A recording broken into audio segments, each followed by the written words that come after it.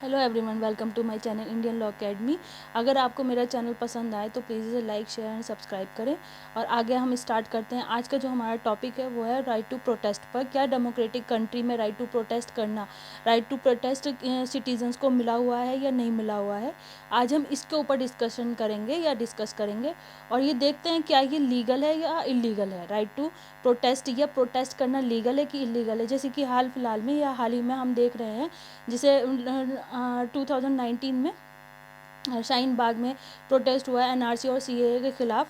और अभी फ़िलहाल जो है फार्मर्स प्रोटेस्ट कर रहे हैं 3 फार्म्स बिल के अगेंस्ट।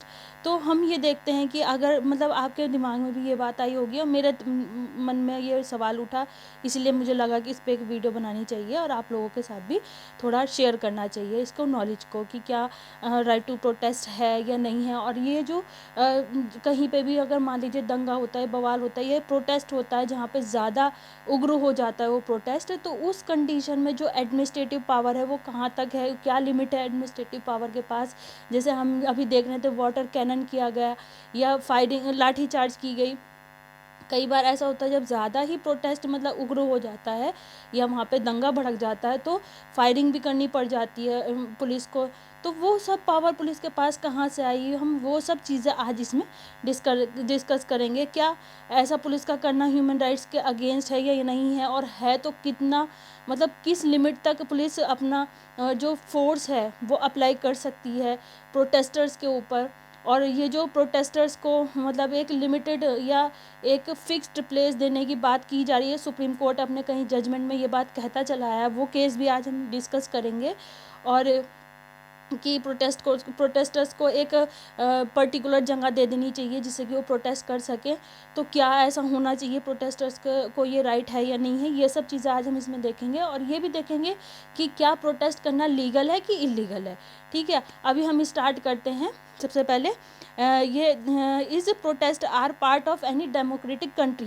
क्या प्रोटेस्ट करना किसी भी डेमोक्रेटिक कंट्री का एक राइट है, फंडामेंटल राइट है या कॉन्स्टिट्यूशनल राइट है, इस पर डिस्कशन करेंगे। तो हम इसमें सबसे पहले ये देखते हैं, जैसा कि आप सभी जानते होंगे।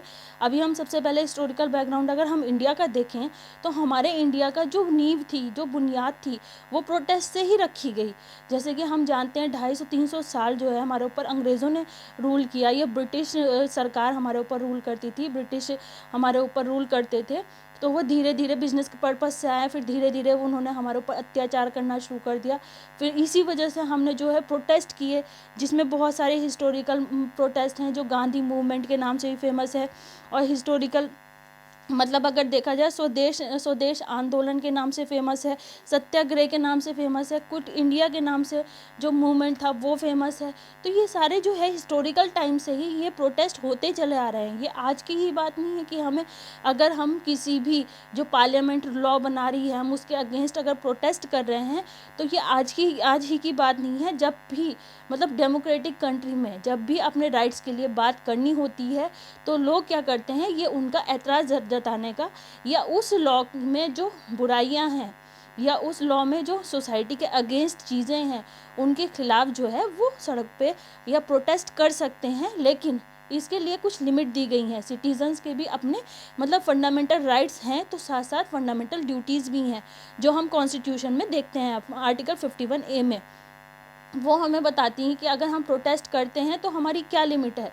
सिटीजन्स की लिमिट ये है कि जो सोशल वेलफेयर है या सोशल जो सिटीजन्स की लाइफ है वो डिस्ट्रॉय नहीं होनी चाहिए, वो लिमिटेड नहीं होनी चाहिए, या वो किसी भी तरह से डिस्टर्ब नहीं होनी चाहिए। जो लॉ एंड ऑर्डर है वो मेंटेन करके रखना चाहिए। ये प्रोटेस्टर्स के ऊपर एक जिम्मेदारी होती है। अगर ऐसा करते हैं प्रोटेस्टर्स, मतलब सिविलियंस की जो लाइफ है वो कहीं ना कहीं उस पर असर पड़ता है, तो या सिविलियंस की लाइफ में कहीं ना कहीं डिस्ट्रप्शन इंक्लूड करते हैं, तो उस कंडीशन में पुलिस के पास राइट है कि वो फोर्स इस्तेमाल कर सकती है। लेकिन किस लिमिट तक कर सकती है वो हमारे सुप्रीम कोर्ट हमने कई केसेस में बताया है। उसने सुप्रीम कोर्ट ने ये भी कहा है, गाइडलाइन इसके लिए सरकार को बनानी चाहिए। जो कि सीएए एनआरसी के खिलाफ जो हमारा प्रोटेस्ट हो रहा था शाहीन बाग में, उसमें जो जजमेंट आया उसमें सुप्रीम कोर्ट ने यही बात बोली। वो जजमेंट अभी हम डिटेल में देखेंगे। उससे पहले हम देखते हैं कि प्रोटेस्ट करने का राइट है तो किस तरह से प्रोटेस्ट कर सकता है, मतलब कोई भी प्रोटेस्टर्स या सिटीजन्स, ठीक है। उसमें आता है पीसफुल डेमोन्स्ट्रेशन और पीसफुल प्रोटेस्ट होना चाहिए। मतलब हमारे पास हमारा फंडामेंटल राइट है प्रोटेस्ट करने का। अगर हम देखें तो कॉन्स्टिट्यूशन में कहीं पर भी प्रोटेस्ट नाम नहीं दिया गया, ये प्रोटेस्ट करने का राइट नहीं दिया गया सिटीजन्स को, यह प्रोटेस्ट वर्ड नहीं है। लेकिन फिर भी आपके दिमाग में ये बात आती होगी कि ये प्रोटेस्ट लोग करते हैं तो कहाँ से इन्हें राइट मिल रहा है।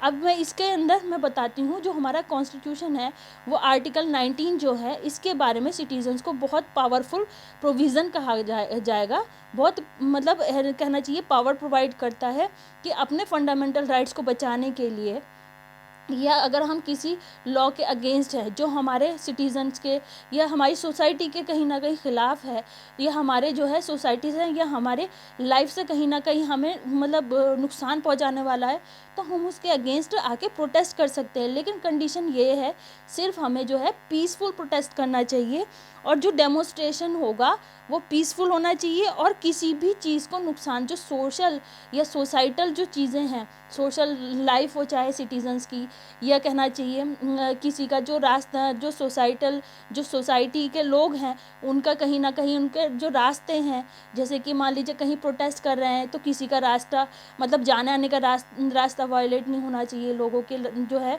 जो सुविधाएं हैं उन्हें मार्केट में जाने आने के लिए या कहीं पे भी रोड पे जाने आने के लिए वो फैसिलिटी ख़त्म नहीं होनी चाहिए। जैसे रेल रोक देते हैं, ट्रेन्स रोक देते हैं, या बसेस में पथराव कर देते हैं। तो इस तरह की कंडीशन अगर बनती है तो ये लॉ एंड ऑर्डर मेंटेन करने के लिए एडमिनिस्ट्रेटिव पावर दी गई है, तो उसी का फ़ायदा लेते हुए या उसी के under law and order maintain करने के चलते पुलिस हम कई बार फोर्स भी अप्लाई कर देती है। और इसके अगेंस्ट में क्या होता है कि फिर बाद में ह्यूमन राइट्स की बात आ जाती है, तो इसके भी हम आगे देखेंगे। जो इंडियन गवर्नमेंट है या इंडिया में जो है इस तरह के जो मूवमेंट हुए हैं, जो इस तरह के प्रोटेस्ट हुए हैं जिसमें 1000 से 5000 तक लोग जो है मतलब इसमें केस हुए हैं उनके ऊपर, और वो कौन कौन से लॉ के अंदर उन पे केस बनते हैं हम वो भी आज डिटेल में देखेंगे। सबसे पहले ये देखते हैं कि right to protest under Indian constitution it is a fundamental right. क्या ये फंडामेंटल राइट है या नहीं है। प्रोटेस्ट, मूवमेंट या डिसेंट, ये तीनों एक ही शब्द है। प्रोटेस्ट कह लो उसे, मूवमेंट कह लो या डिसेंट कह लो, सब एक ही चीज़ की बात करते हैं। जैसे कि हमारे हिस्टोरिकल बैकग्राउंड देखें हमारा, तो उसमें भी हमारा क्विट इंडिया मूवमेंट हुआ, स्वदेश आंदोलन हुआ, या सत्याग्रह आंदोलन हुआ। तो इस तरह के बहुत सारे आंदोलन हुए। जो स्वदेश आंदोलन था उसमें जो मतलब स्वदेशी कपड़े थे उनका बहिष्कार किया गया, या दांडी यात्रा की गई, बहुत सारे इस तरह के प्रोटेस्ट या मूवमेंट हुए हैं, ठीक है। वो हम उनका पर्पस क्या था, हमारे फ्रीडम पाना या हमारे देश को आज़ाद करना, इंडिया को आज़ाद करना, ठीक है। लास्ट ईयर 2019 में CANRC protest becomes very famous protest, जो बहुत फेमस प्रोटेस्ट रहा। अभी लीडिंग का अगर हम देखें कोई प्रोटेस्ट तो वो काफ़ी फेमस रहा, which are conducted in the Shaheen Bagh Delhi, जो कि दिल्ली में शाहीन बाग में कंडक्ट किया गया। और this year December 2020 protest arise against farmers bill, ठीक है। थ्री फार्म्स बिल जो थे इनके अगेंस्ट हुआ, which are make movement in Delhi, जो वो भी दिल्ली में ही मूवमेंट हुआ उसका भी, ठीक है। अब इसके लिए कहा गया, जब अभी ये फार्म्स बिल के ऊपर प्रोटेस्ट हो रहा था, फार्मर्स जो थे पंजाब हरियाणा बॉर्डर को उन्होंने मतलब वहाँ पे प्रोटेस्ट करना स्टार्ट कर दिया, और बैरिकेटर लगाने पड़े पुलिस को। फिर रोड भी उन्होंने तोड़ी जिससे कि दिल्ली में एंटर ना कर सके प्रोटेस्टर्स। तो उन्होंने क्या किया, वो रोड वापस बना लिया फार्मर्स ने, लेकिन उन्होंने एंटर नहीं करने दिया। वहाँ पर पुलिस फोर्स लगा दी गई जिससे लॉ एंड ऑर्डर मेंटेन रहे। तो वहाँ पर जब इस तरह की कंडीशन बनी तो सुप्रीम कोर्ट में केस गया। सुप्रीम कोर्ट ने गवर्नमेंट से या सरकार से पूछा, रूलिंग पार्टी से पूछा कि ऐसा क्यों हो रहा है कि फार्मर्स इतना प्रोटेस्ट कर रहे हैं। तो उन्होंने इसके पीछे जो है अपोजिशन की चाल बताई, और बहुत सारे जो गवर्नमेंट है हमारी उन्होंने इसके ग्राउंड बताए, लेकिन फार्मर्स जो है मतलब माने नहीं। उन्होंने वापस से रोड बना दिए, जो कि रोड तोड़े गए थे पुलिस के द्वारा, वो वापस से बना के उन्होंने बहरहाल वापस से अपना प्रोटेस्ट जारी रखा, जो अभी तक जारी है, ठीक है। अब उसके पीछे मैंने उसके ऊपर फार्म्स बिल के ऊपर 2 अपनी वीडियो बनाई है, आप चाहे तो उसमें देख सकते हैं कि ये फार्मर्स प्रोटेस्ट क्यों कर रहे हैं। और इसी प्रोटेस्ट के चलते फार्मर्स पर काफ़ी केस भी बने हैं, वो भी हम देखेंगे कि कौन से लॉ के अंदर इनके ऊपर केस बने हैं। फिर हम देखते हैं इस प्रोटेस्ट हैव नो फियर, इस protesters have no fear from police and law and order. क्या प्रोटेस्टर्स को लॉ एंड ऑर्डर का या पुलिस का डर नहीं होता? ऐसा नहीं है। इफ़ होता है या नहीं होता? होता है। Yes, then which protection provide then protesters. तो अगर ऐसा है, अगर कोई डर उनको लगना है उनके ऊपर कि केस बन सकता है, और बनते भी हैं केस, अभी फ़िलहाल 3 फार्म्स बिल पर जो प्रोटेस्ट हो रहा है इसमें काफ़ी केस बने हैं प्रोटेस्टर्स पर, तो उसके अगेंस्ट क्या कर सकते हैं या क्या कर रहे हैं फार्मर्स, ठीक है, वो हम अभी देखेंगे जो केस लॉ के ज़रिए इस कंडीशन को हम देखेंगे। These protesters are dangerous for Indian democracy. क्या ये जो प्रोटेस्टर्स हैं ये इंडियन डेमोक्रेसी के लिए ख़तरा है? ऐसा is government listen protesters demand और नॉट। क्या जो गवर्नमेंट है वो प्रोटेस्टर्स की जो डिमांड है, ठीक है, तो उन्हें सुनने के लिए बाध्य है या नहीं है, ये देखते हैं हम। इस protest are part of any democratic country.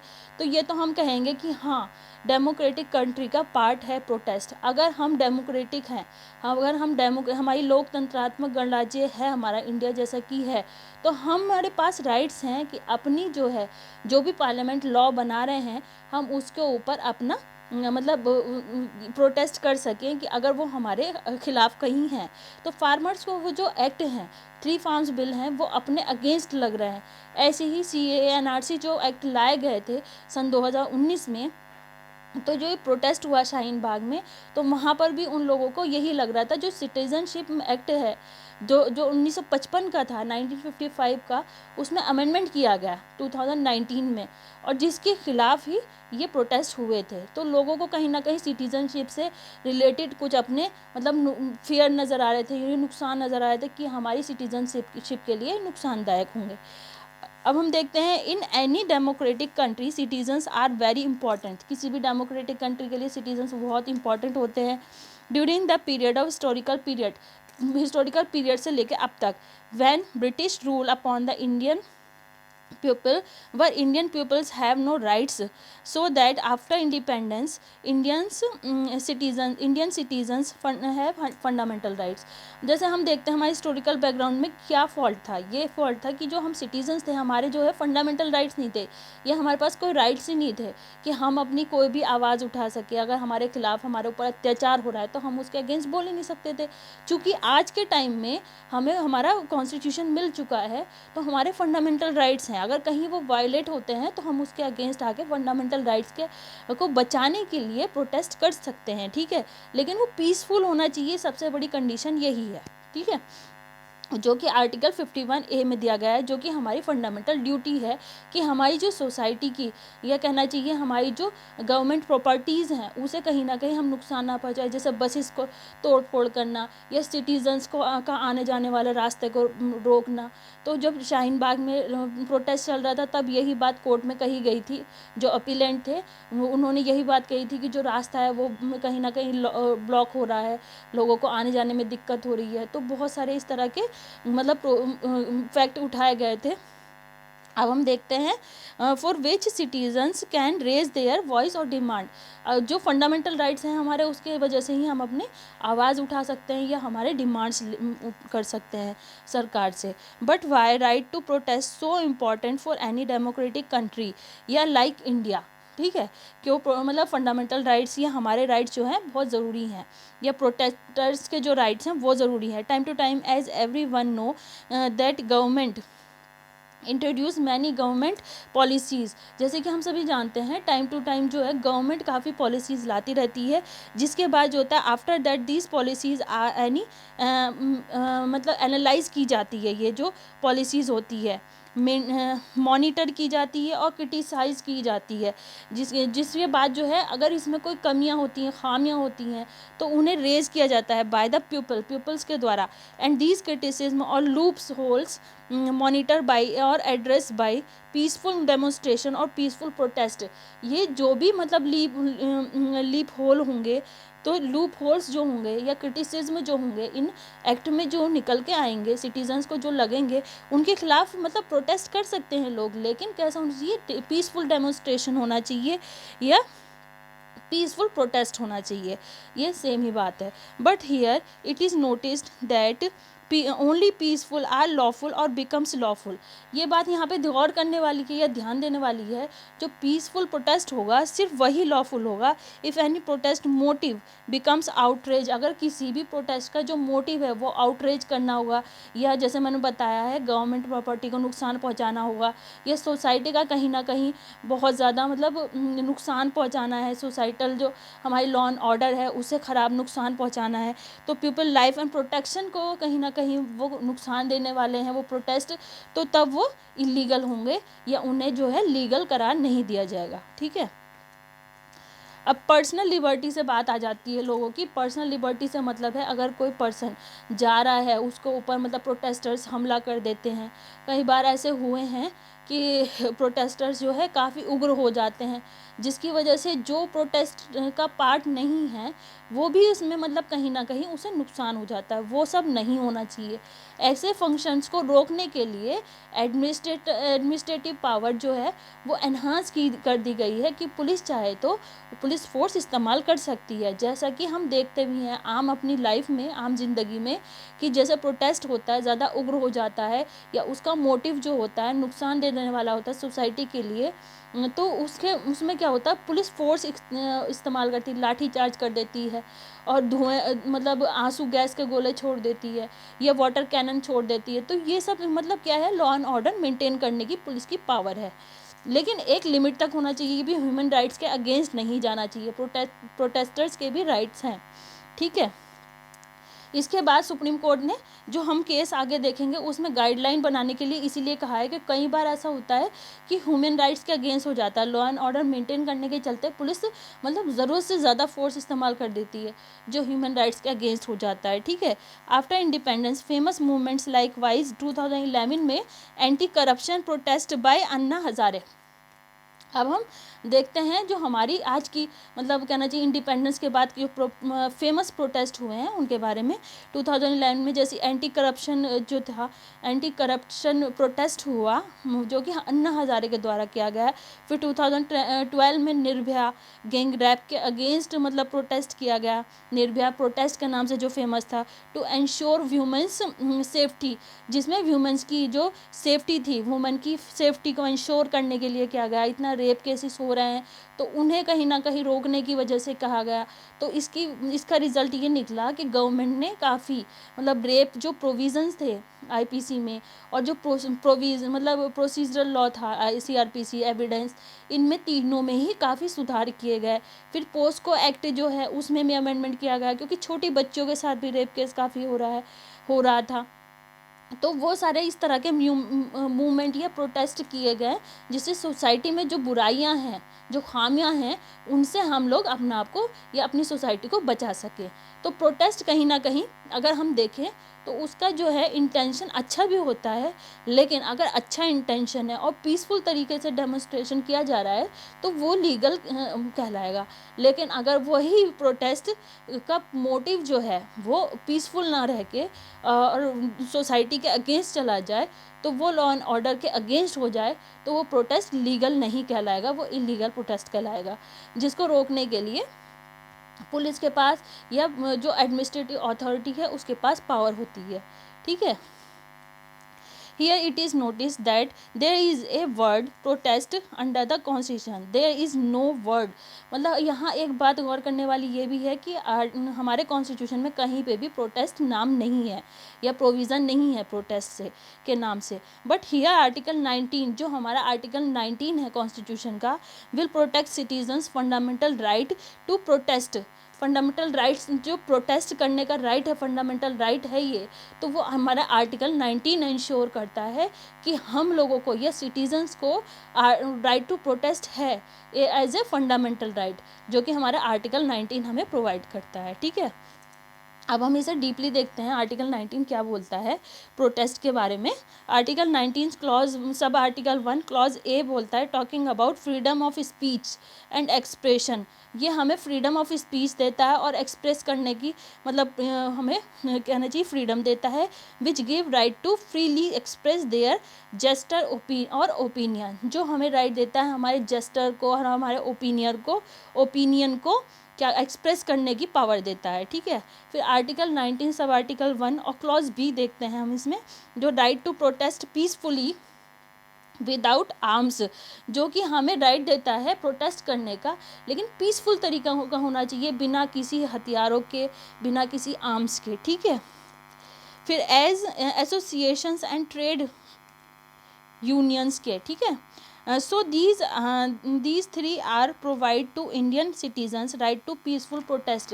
ये तीनों जो हैं प्रोविज़न आर्टिकल 19 के, आर्टिकल 9 सब आर्टिकल 1, 2, 3 और ए बी करके और ABC करके दे रखा है।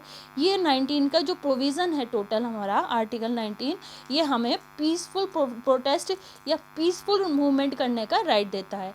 अच्छा, हम इसके बाद ये भी देखते हैं, अगर हमारा पीसफुल वो है डेमोन्स्ट्रेशन है या पीसफुल प्रोटेस्ट है, ठीक है, तो वो लीगल हुआ।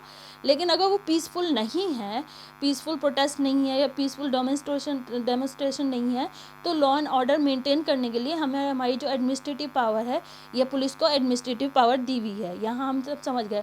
लेकिन एक चीज़ हमारी ये ध्यान देने वाली ये है कि हमने कई बार नोटिस किया होगा अपनी आम जिंदगी में कि जैसे कहीं पे भी इस तरह के प्रोटेस्ट होते हैं या दंगे भड़क जाते हैं, तो वहाँ पे पुलिस क्या करती है, लॉ एंड ऑर्डर मेंटेन के लिए सेक्शन 144 लगा देती है, ठीक है। अब वो सेक्शन 144 क्या होता है, इसे मैं नेक्स्ट वीडियो इसके ऊपर बनाऊंगी, आप उसे चेक कीजिएगा, उसमें मैं डीपली बताऊंगी या इसको मतलब अच्छे से बताऊंगी।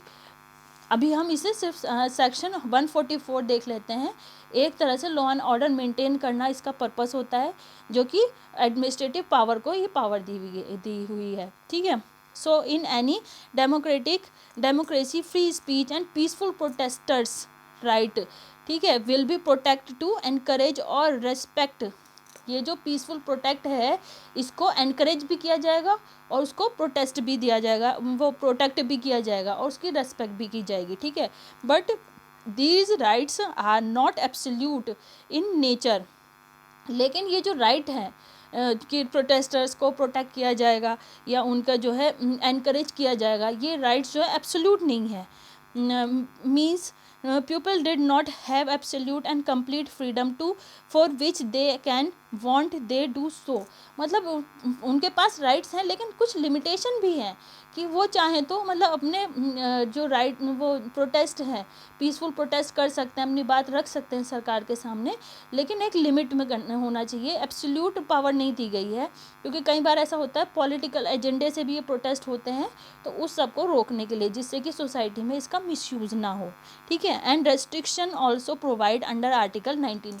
अंडर आर्टिकल 19 में हमें फंडामेंटल राइट दिया गया है प्रोटेस्ट करने का, या अपनी बात रखने का, फ्रीडम ऑफ स्पीच है, एक्सप्रेस करने का राइट है, लेकिन उसमें कहीं ना कहीं रेस्ट्रिक्शन भी प्रोवाइड किए गए हैं, विच एप्लीकेबल अपॉन द प्रोटेस्टर्स, जो प्रोटेस्टर्स के ऊपर एप्लीकेबल होंगे, जैसे कि सॉवरेनिटी को मेंटेन करना, इंटीग्रिटी को मेंटेन करना, सिक्योरिटी को मेंटेन करना, रिलेशंस विद अदर स्टेट्स, जो फ्रेंडली हमारे रिलेशंस हैं दूसरी कंट्रीज़ के साथ, उनको बनाए रखने का काम करना। ऐसा ना हो कि उनके साथ भी मतलब मतभेद हो जाए या वो हमारे रिश्ते ख़राब हो जाएं, तो वो सब चीज़ों को का ध्यान रखना पड़ेगा। अगर इंडिया के रिलेशन दूसरे देश से ख़राब करते हैं, वो प्रोटेस्ट भी इलीगल होंगे, ऐसे प्रोटेस्ट मतलब परमिसिबल नहीं होंगे।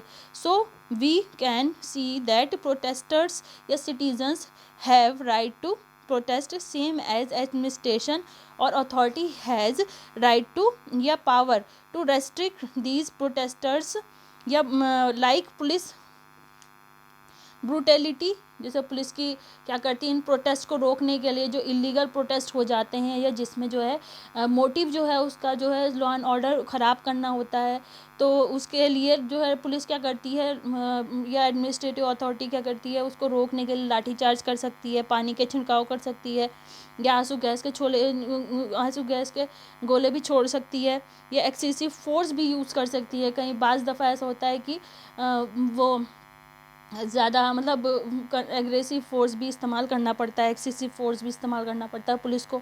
मैनी अदर स्ट्रिक्ट लॉज भी बने हुए हैं, जो लोग प्रोटेस्ट करते हैं, जो कि सोसाइटी को या सॉवरेनिटी को, इंटीग्रिटी को या सिक्योरिटी को कहीं ना कहीं वायलेट करते हैं, तो उनके ऊपर केस भी हो जाते हैं। जैसे अभी हम फार्म्स एक्ट के अगेंस्ट जो प्रोटेस्ट हो रहे हैं, इसमें भी हम देखते हैं कि कई फार्मर्स के ऊपर केस भी हुए हैं, जैसे कि जो केस होते हैं वो under unlawful activity prevention act 1967 के अंदर भी होता है। फिर ये है सेडेशन लॉज जो हैं राजद्रोह वाले, जो राजद्रोह के केस हैं वो उनके ऊपर बनते हैं। फिर NSA नेशनल सिक्योरिटी एक्ट भी उनके ऊपर लगता है या लागू होता है, उनके तहत उन पे केस बनते हैं, ठीक है। फिर उसके बाद under these laws arbitrary detention has been done in सब लॉज में जो है आर्बिट्रेरी डिटेंशन किए जाते हैं, ठीक है, जो कि एडमिनिस्ट्रेटिव अथॉरिटी के थ्रू किए जाते हैं या उनके द्वारा किए जाते हैं। During last year till now, पिछले साल से लेकर अब तक जो है under these acts protesters have had detained, इन सारे लॉज में पिछले साल से लेकर अब तक काफ़ी सारे प्रोटेस्टर्स डिटेन किए गए हैं, जो कि या अरेस्ट किए गए हैं, ठीक है, जो कि 1000 से 5000 के बीच हैं। And more than 30 becomes dead, और 30 से ज़्यादा लोग ऐसे हैं, प्रोटेस्टर्स ऐसे हैं जो कि मर चुके हैं, या तो वो केस जब उनके ऊपर हो गया तो जेल में मरे हैं या वहीं ऑन द स्पॉट मरे हैं, तो वो सारी condition. That's why under the international human rights standards India's ranking becomes very low, India की जो रैंकिंग है वो बहुत लो हो गई है, किसमें, ह्यूमन डेवलपमेंट इंडेक्स जो है इंटरनेशनल ह्यूमन राइट्स स्टैंडर्ड्स का, ठीक है, उसमें जो है इंडिया की जो रैंकिंग है ह्यूमन डेवलपमेंट इंडेक्स में वो बहुत लोअर हो गई है, ठीक है, इन 2020 में, ठीक है, SDI, इसे ह्यूमन डेवलपमेंट इंडेक्स को SDI मतलब शॉर्ट फॉर्म में कहेंगे। India's ranking becomes very low और पुअर हो गई है ह्यूमन डेवलपमेंट इंडेक्स में, ठीक है, ह्यूमन राइट्स के अगेंस्ट माने जाते हैं ये, जैसे 1000 से लेके 5000 तक जो है केस बन चुके हैं प्रोटेस्ट पे, पिछले साल से लेके अब तक का ही वो रिकॉर्ड बता रहे हैं अभी हम ये। तो इतने सारे केस होने की वजह से इंटरनेशनल ह्यूमन डेवलपमेंट जो इंडेक्स है उसमें इसकी रैंकिंग, इंडिया की रैंकिंग बहुत लो पर आ गई है, बहुत पुअर हो गई है, जो कि हमारी इंडिया के लिए बिल्कुल भी ठीक नहीं है। तो इसे कहीं ना कहीं हमें सुधारना चाहिए कि ह्यूमन राइट्स के अगेंस्ट नहीं होना चाहिए। प्रोटेस्ट करने का राइट है लेकिन लीगल प्रोटेस्ट करने का राइट है, ठीक है, जो इलीगल प्रोटेस्ट है उसे मना किया गया है।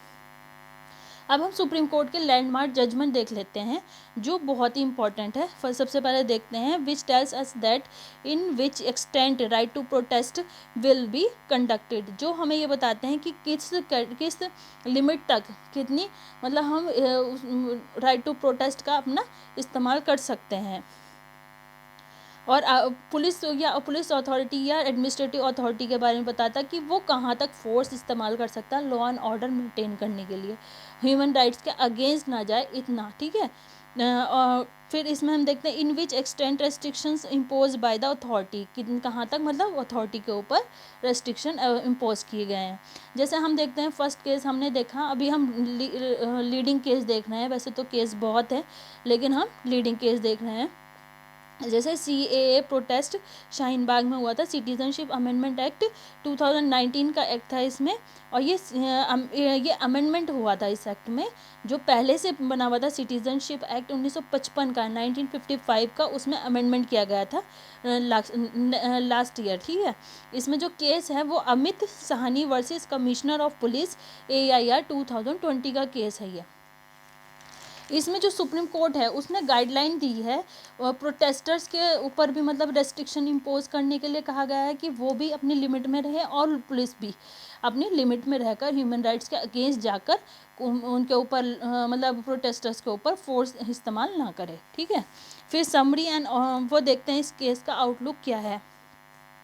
The Supreme Court of India held that police या public protest and demonstration expressing dissent must only be organized in designated places।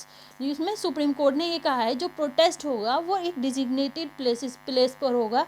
अभी हाल फिलहाल में जो 3 फार्म्स बिल पे प्रोटेस्ट हो रहा है इसमें भी सुप्रीम कोर्ट ने गवर्नमेंट को यही कहा है कि प्रोटेस्टर्स को सही जगह दी जाए प्रोटेस्ट करने के लिए, ठीक है। The court allowed an appeal brought by advocate Amit Sahni, ये जो केस है जो अपील फाइल की गई थी अमित साहनी द्वारा की गई थी for the removal of a protest organised at Shaheen Bagh. जो शाहीन बाग में प्रोटेस्ट हो रहा था उन प्रोटेस्टर्स को हटाने के लिए कहा गया था कि ये सिटीजन्स का जो रास्ता है उसे ब्लॉक कर रहा है।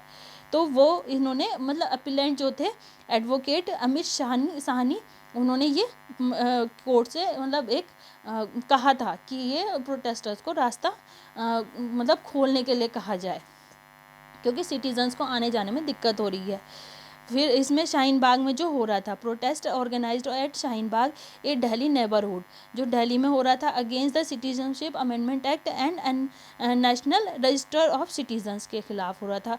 The appellate argued that the protesters blocked the public way and caused grave inconvenience to communities या commuters। जो आने जाने वाले लोग हैं, जो सिटीजन्स हैं, जो उस एरिया के या दूसरे भी लोग, उन्हें आने जाने में कहीं ना कहीं दिक्कत हो रही है, ऐसा उसने कहा था अपीलेंट ने कोर्ट से। ठीक है, accepting this contention the court ruled that despite the existence of the right to peaceful protest against a legislation, public ways and public spaces can not be occupied indefinitely। ये कहा गया court के द्वारा कि ये जो पब्लिक प्लेस होते हैं इनको प्रोटेस्टर से क्या इनको ऑक्यूपाइड नहीं कर सकते, ये जो रास्ता है आने जाने का ये ब्लॉक नहीं कर सकते, लोगों को इनकन्वीनियंस नहीं होनी चाहिए, ऐसा कहा गया था।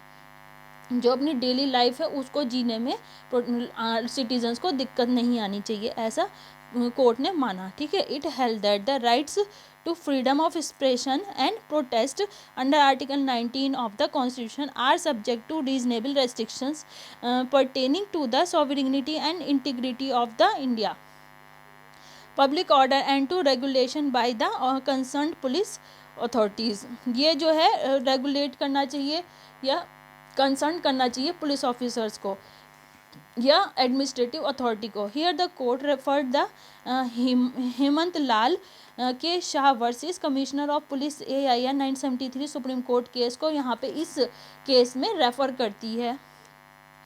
अमित साहनी वाले केस में Amit Sahni versus commissioner of police AIR 2019 to 2020 का केस है। इसमें जो है Himmat Lal K Shah versus commissioner of police AIR 1973 supreme court का केस रेफर करती है, जिसमें कहा गया था सुप्रीम कोर्ट ने where the justices had observed that streets and public parks exist primarily for other purposes and the social interest promoted by the untrammed exercise of freedom of utterance and assembly in public streets must yield to social interest, which prohibition and regulation of speech are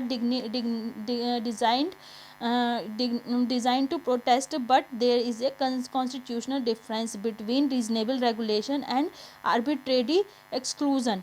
इसमें ये कहा गया कि जो protest है वो ऐसा होना चाहिए जो आम जनता है उसके कहीं ना कहीं उसे नुकसान नहीं पहुंचाने वाला होना चाहिए।